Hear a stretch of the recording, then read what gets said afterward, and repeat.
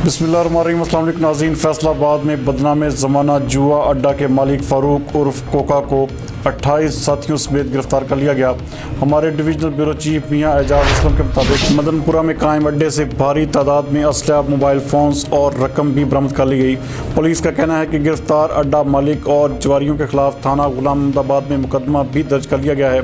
नाज़रीन, आपको एक बार फिर इस खबर से आगाह करते चलें कि फैसलाबाद में बदनाम ज़माना जुआ अड्डा के मालिक फ़ारूक उर्फ कोका को 28 साथियों समेत गिरफ्तार कर लिया गया है। पुलिस का कहना है कि मदनपुरा में कायम अड्डे से भारी तादाद में असलहा, मोबाइल फ़ोन्स और रकम भी बरामद कर ली गई है।